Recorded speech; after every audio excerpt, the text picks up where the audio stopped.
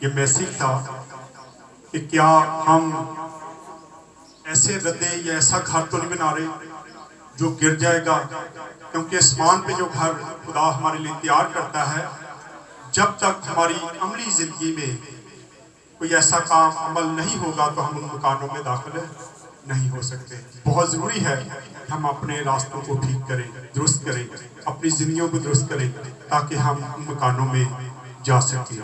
आए, मैं चाहता हूँ लाजर भाई फैमिली के बारे में कुछ बताएं। और भी कोई अगर कोई बात करना चाहता है किसी तलक से तो आपके लिए वक्त है।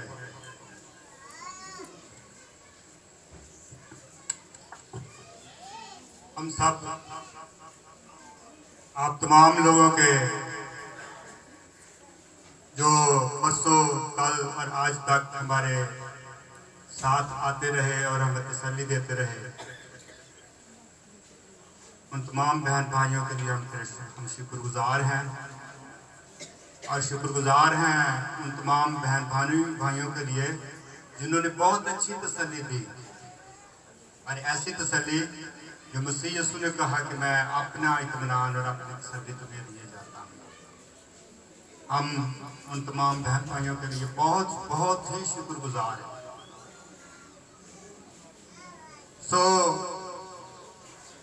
मैं औलाद के हवाले से भी एक बात करना चाहता हूँ।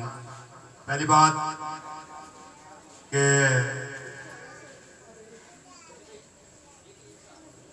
हम अपनी औलाद का बड़ा ध्यान रखें।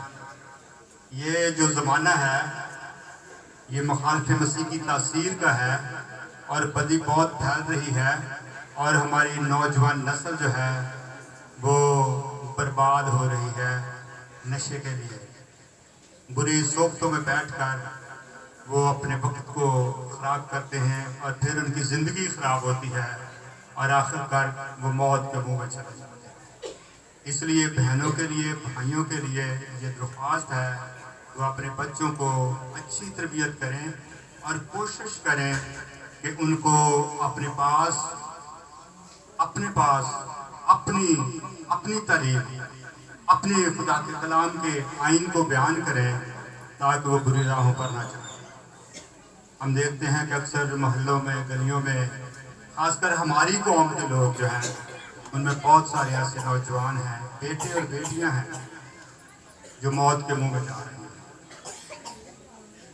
और हम भी अफसोस के साथ ये बात करते हैं कि हम बेटे साउल के लिए कुछ नहीं कर सकते, और जब हम उसके साथ उसके लिए कुछ करना चाहते थे उस वक्त वो आखिरी जगह पर था। और ये हमारे लिए लम्हा फिक्रिया है, हमारे ख़ानदान के लिए भी और आपके लिए भी, कि आप भी अपने बच्चों को अपनी गोद में रखें, अपने घर में रखें, आवारगी से बचाएं बेटों को, बेटियों को, ताकि वो बुरी सोबत में बैठकर ऐसी रास्ते पर न चले जाएं जो मौत के मुंह में उनको ले पाए। मैं इसके आगे कुछ नहीं कह सकता।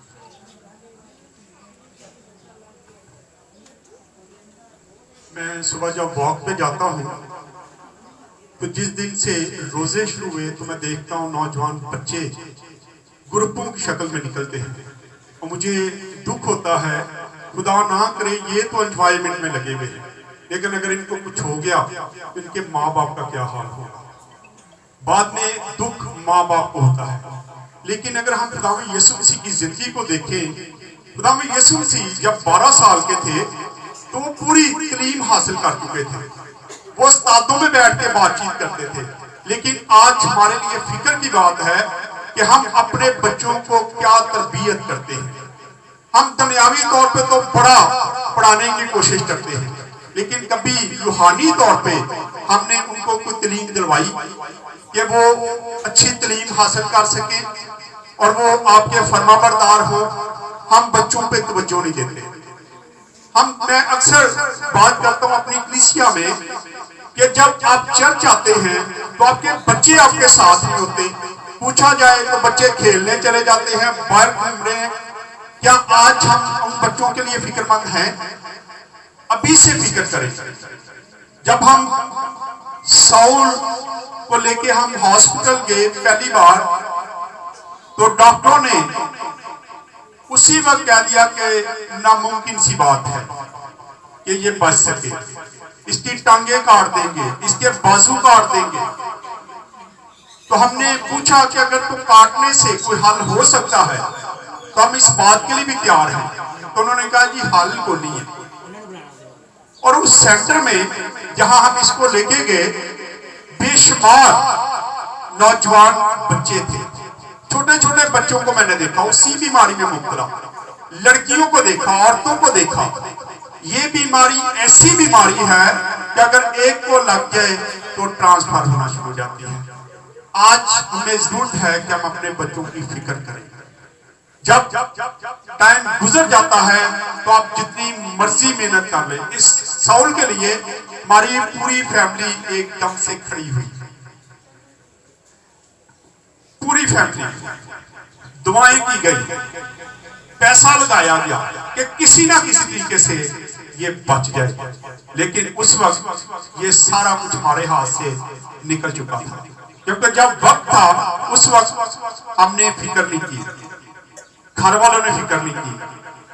हमने बड़ी दफा कहा कि इसका इलाज करवाएं, बड़ी दफा कहा, लेकिन उस वक्त शायद हमारे सर पे जूं भी नहीं रेंगती थी।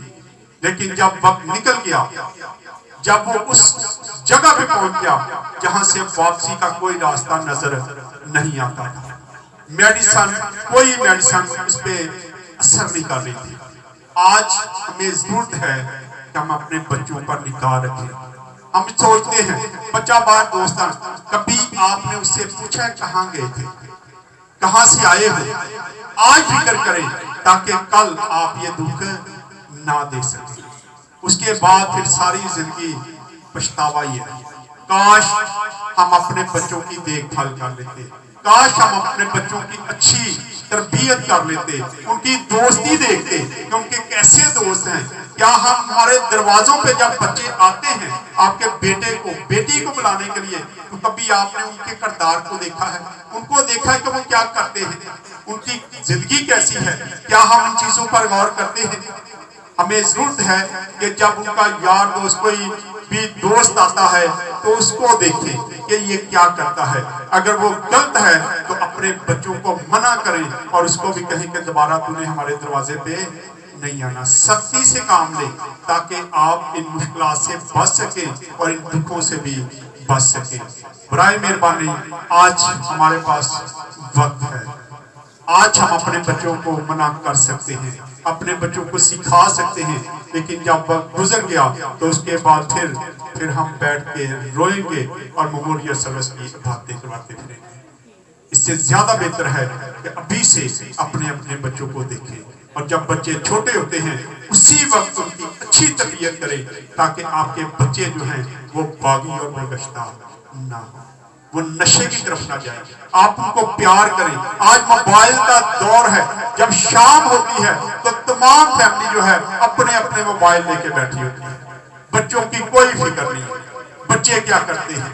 आज जरूरत है कि हम बच्चों को देखें कि हमारे बच्चे क्या कर रहे हैं, मोबाइलों को छोड़ दें। मैंने पिछले दिनों भी एक पोस्ट देखी और मैंने बताया था कि औरत की तस्वीर आई और वो बाइबल पढ़ रही है और एक बच्चा उसके पास बैठा, छोटा सा, वो भी लेटा हुआ है और वो बुक पढ़ रहा है। और एक बहन आती है और उससे पूछती है, ये बहन ये कैसे हो रहा है, आपका बच्चा बुक पढ़ रहा है। उसने कहा कि आप बच्चे के सामने जो करेंगे बच्चा वही सीख जाएगा। अगर हम मोबाइल चलाएंगे बच्चों के सामने तो बच्चे भी मोबाइल ही चलाएंगे। अगर आप गालियां निकालेंगे तो बच्चे भी गालियां निकालेंगे। अगर आप झूठ बोलते हैं तो बच्चे भी झूठ ही बोलेंगे। आज जरूरत है कि हम बच्चों को सिखाएं और नमूना हमने खुद बनना है। जब हम नमूना बनेंगे तो हमारे बच्चे नशे की तरफ नहीं जाएंगे। हम ये ना समझे दोस्तों नाल गया तो आ जाएगा, नहीं, अगर वो नहीं आया तो फौरन पता करें कि कहाँ पे बैठा है, कैसी सोसाइटी में बैठा है। और जब आप उसकी सोसाइटी को रोक लेंगे, उसको मना करेंगे, तो यकीनन आप इस दुख से बच सकते हैं। आज हमारे लिए लम्हा फिक्रिया, फिक्र करें अपनी औलाद की, बेटों की, खासकर बेटों के लिए फिक्र करें। जो इस माहौल में हम रह रहे हैं, ये माहौल अच्छा नहीं है।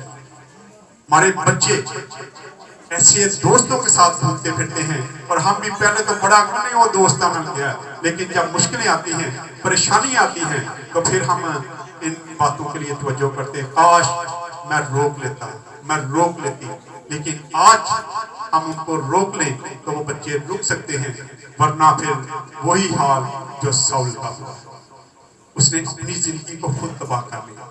डॉक्टर ने यही बात कही कि इसने अपनी जिंदगी खुद खराब कर दी है।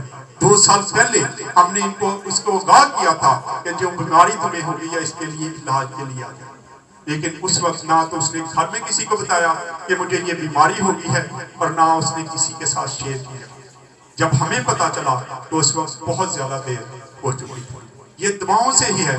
डॉक्टर ने 7 दिन का कहा था, 7 दिन में आपको पता चल जाएगा, लेकिन फिर भी दवाओं से, आपकी दवाओं से वो 3 महीने तक जिंदगी और मौत की कश्मकश में रहा, लेकिन आखिरकार वो अपनी जिंदगी की बाजी हार गया। आज जरूरत है हम अपने बच्चों की तरफ तवज्जो करना शुरू करें। मैं आपको एक चीज बताऊं, आपके बड़े अक्सर हमारे बच्चे खराब का होते हैं, बुरा नहीं मानना, गुस्सा नहीं करना।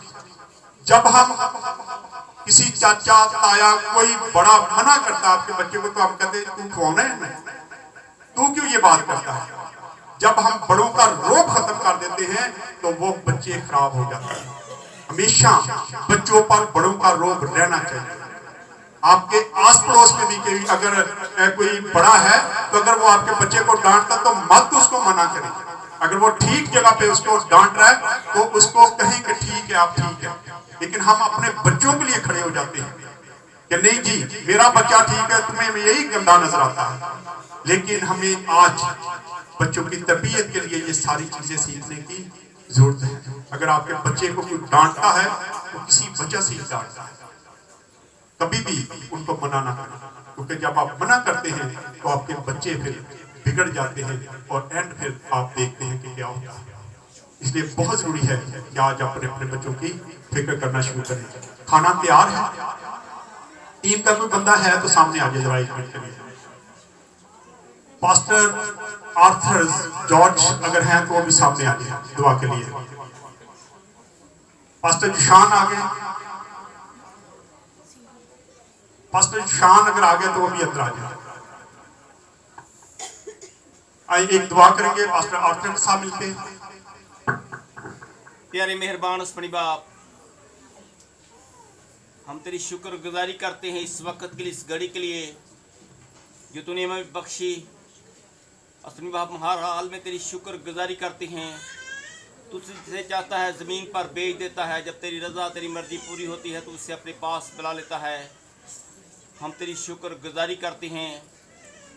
ये तेरे कावानीन है, ये तेरा आइन वक्त है जो तू अस्पनी बाप पूरा करता है। हम इस फैसले पर तेरी शुक्रगुजारी करते हैं। अस्पनी बाप, हम सबको तौफीक बख्शे कि हम अपने अयूब की तरह यही कहने वाले बने कि तूने दिया तूने लिया, तेरा नाम मुबारक हो। और सुनी बाप, हम सबको तौफीक बख्शे कि हम तेरी मर्जी के मुताबिक चलें। जब तूने हमें सांसें दी हैं, ज़िंदगी दी है, तो हम तेरे डर और तेरे खौफ में ज़िंदगी गुजारें, और जिस तरह तेरा पाक कलाम में लिखा है हम उसी तरह ज़िंदगी बसर कर सकें। इस तरह सारे गमज़दा ख़ानदान के लिए, बेटे के भाई के लिए, वालदा के लिए, बहनों के लिए, और जितने उसके नातेदार अजीज़ हैं सब के लिए तेरी तसल्ली और तेरे इत्मीनान को मांगता हूँ। उसमें तू ही ज़ख्म लगाता है और मरहम पट्टी करना भी तेरा काम है। तू इस पूरे घराने को बड़ी सब्र अता करना, क्योंकि तेरे पाक कलाम से हमें सब्र और इत्मीनान मिलता है। हमने तेरे पाक कलाम में से सीखा है कि ये दुनिया तो आर्जी है, मगर हमेशा की ज़िंदगी तो तेरे पास है, अबदी मकान तेरे पास है। और हम सबको तौफीक बख्शे कि हम उस दौड़ को जो तू हमें देता है उस दौड़ को पूरा करें और अपनी ज़िंदगी तेरे कलाम के मुताबिक डालने वाले बन जाएं। पूरी जमात को बड़ी बरकत देना, और सारे तेरी खादमत के लिए जो इस वक्त तेरी हुजूरी में मौजूद है और तेरी सारे लोगों के लिए तेरी बरकत, तेरी सलामती मांगता हूँ। बाकी वक़्त में तुम्हारा हादी और रहबर बना, यीशु मसीह के पाक और कुदूस नाम से मांगते और पाते हैं। आमीन। अभी खाने में थोड़ा वक्त है, चंद एक दो बातें हैं जो मैं और करना चाहता हूँ।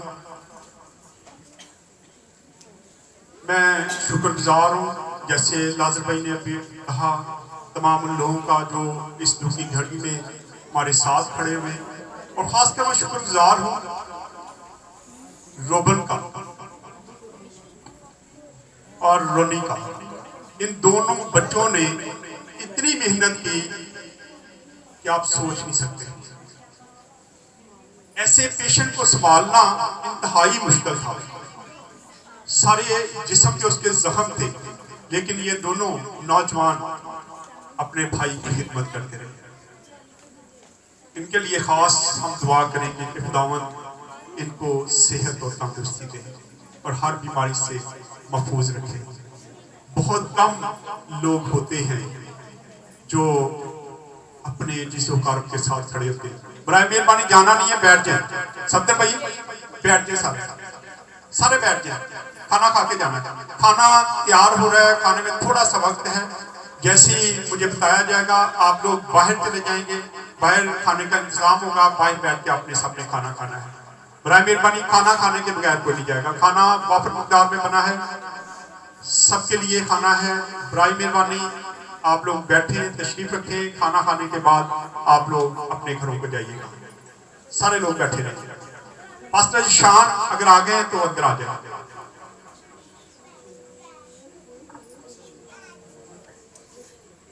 पास्टर रॉकी हमारे दरमियान में है, मैं चाहता हूं कि ये भी कुछ बयान करें। उस यीशु में आप सबकी सलामती हो। मैं बताना चाहता हूं कि जिन दिनों में सौल को घर लाया गया तो मुझे भाई साबर ने बताया, तो मैं खानदान में आया और आकर दाऊद के साथ खुदावंत के कलाम, सौल के साथ खुदावंत के कलाम की बातें शेयर की, हमदोस्ताइश की और उससे ईमान का इकरार करवाते हुए तौबा के अमल से गुजारा। और कहता है कि पादी साहब मेरे लिए खास दुआ करें कि अगर खुदावन ने मुझे जिंदगी दी तो मैं इस नई जिंदगी में खुदावन के नाम को जलाल देने के लिए रहूंगा।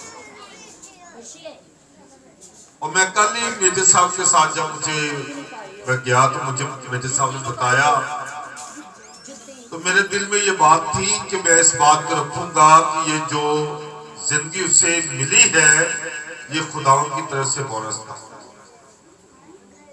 लेकिन हर इंसान जो औरत से पैदा हो थोड़े दिनों का है और उसने अपनी जिंदगी की दौड़कर कुश्ती को लड़कर वापस अपने खालिक हकीकी के पास जाना है। और जाने से पहले मुझे और आपको तैयारी करनी है। मुझे सारे बड़ा खूबसूरत कलाम दिया है कि गुनहगारों के लिए भी अपनी घर है और आस पास के लिए, लेकिन उन घरों का जो इंजाम है वो अलग अलग है। एक आग और गंधक की झील का असर जहाँ पे रोना और दांतों का पीसना, और दूसरी तरफ इंटरनल लाइफ, हमेशा की जिंदगी है।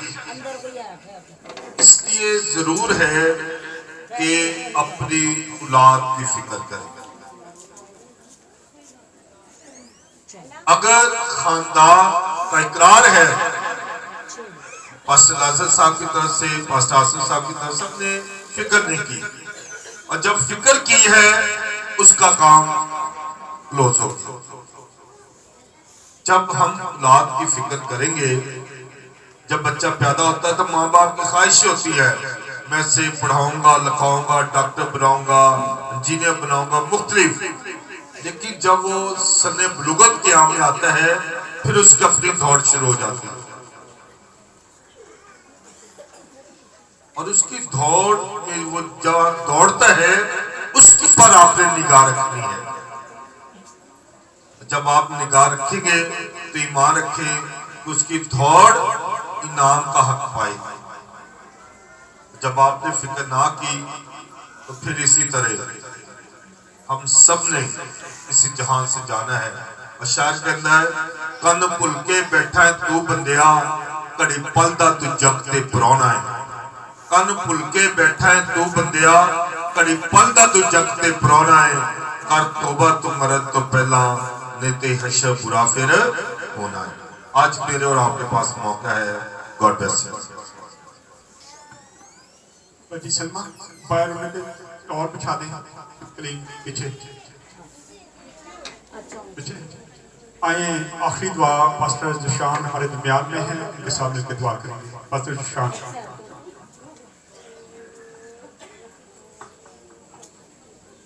मसीह खुदा में आप सबको सलाम।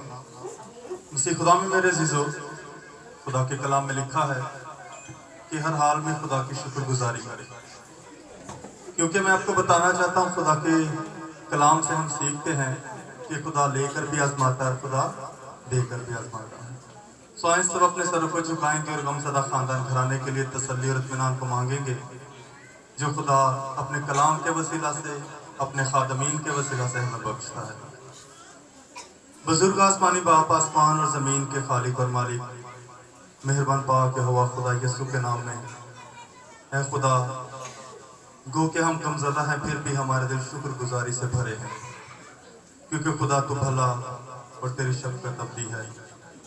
ख़ास तौर पे खुदा इस लम्हा में मैं गमज़दा ख़ानदान घराने को तेरे पास लेकर आता हूँ। खुदा इनके बुज़ुर्गों को, इनके बहनों को, इनके भाइयों को, है खुदावंदा मैं मिन्नत करता हूँ कि इनको तसल्ली और इत्मीनान बख्शना। खुदा है खुदा वो तसल्ली और इत्मीनान बख्शना खुदावंद, जो तूने खुदा अय्यूब साबर को बख्शा और खुदा उसने शुक्रगुजारी की तेरे हुजूर के, तूने लिया, तूने दिया, तेरा नाम मुबारक हो। खुदा खुदा इसी तरह से खुदा इस जगह में मौजूद हर एक जान के लिए खुदा तसल्ली और इत्मीनान को मांगते हैं।